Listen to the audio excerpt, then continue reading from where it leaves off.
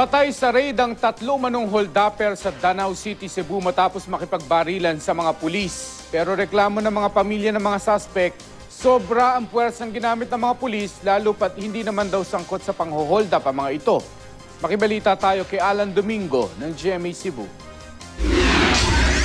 Hindi magkapaniwala ang pamilya ng 3 lalaki sa sinapit na mga ito sa barangay Kahumayan, Danau City, Cebu.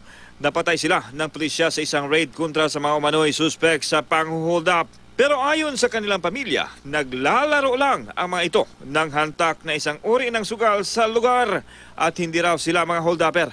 Base naman sa pahayag ng pulisya, sinalakay nila ang lugar at nanlaban sa kanilang 3 napatay na sina Riel Hermoso, Robert Perez at Edgardo Vasquez. Armado raw ang mga ito ng mga baril. Doon na nagkabarilan. Naaresto naman si Wilson Vasquez.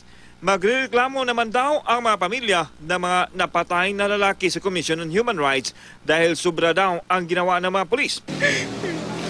Nagpakiluoy ko na nga nila ginunta siya pat yun kay gagmay pangamang mga bata. Na-recover ang 4 na mga armas kabilang ang isang KG-9 pistol, mga magazine at mga bala. Nanindigan naman ng hepe ng Danau City Police na lehitimo ang kanilang operasyon. Alan Domingo, Nagbabalita, Pilipinas.